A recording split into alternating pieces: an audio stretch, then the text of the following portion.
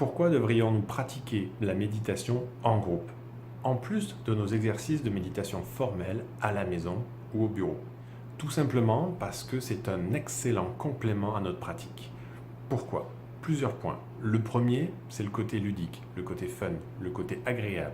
Le fait de pouvoir partager avec des personnes qui ont la même pratique que vous, qui ont la même envie, qui ont les mêmes objectifs que vous. C'est-à-dire passer du temps à l'écoute d'eux-mêmes pour apprendre à se connaître.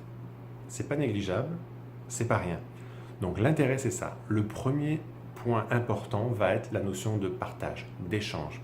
Le deuxième va être la notion de questionnement, interrogation, question-réponse. À savoir que si vous pratiquez dans un groupe avec un instructeur, que ce soit donc dans mes ateliers ou dans un atelier d'un autre instructeur, l'important c'est de pouvoir avoir accès à un savoir particulier, c'est-à-dire j'ai un questionnement à un moment qui m'empêche d'avancer, qui m'empêche de progresser. Que puis-je faire? Si vous n'avez pas la possibilité de poser vos questions, il y a un truc qui ne marche pas parce que vous bloquez dans votre pratique.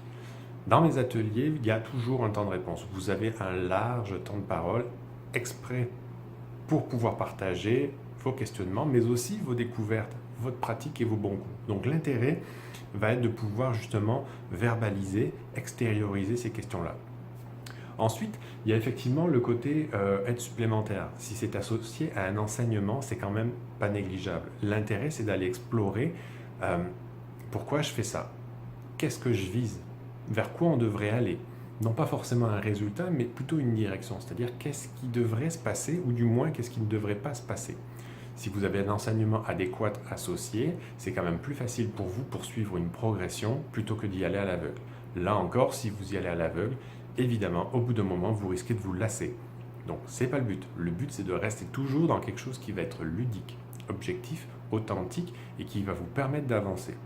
Le dernier, c'est, on l'a déjà un petit peu abordé, mais c'est le côté fun, le côté agréable. Si vous vous emmerdez dans votre pratique, votre pratique, elle va prendre le bord. Ce n'est pas le but. L'objectif, c'est de découvrir son monde intérieur, de découvrir le monde qui nous entoure avec des yeux amusés, des yeux d'enfant, des yeux qui visent le côté agréable, même si c'est intéressant de regarder le côté désagréable aussi, mais l'intérêt, c'est vraiment d'aller explorer qu'est-ce qui se passe. Est-ce que ça donne une curiosité particulière? Est-ce que ça donne un enthousiasme particulier? Est-ce que ça donne une envie particulière d'en savoir plus, d'aller explorer? Le but de la méditation reste quand même aussi de prendre du plaisir à ça. Aller plus loin à l'intérieur de soi doit être quelque chose qui donne envie et pas quelque chose que l'on a envie de tasser. Naturellement, on le tasse déjà dans notre quotidien. Là, c'est un moyen authentique pour aller au cœur de soi.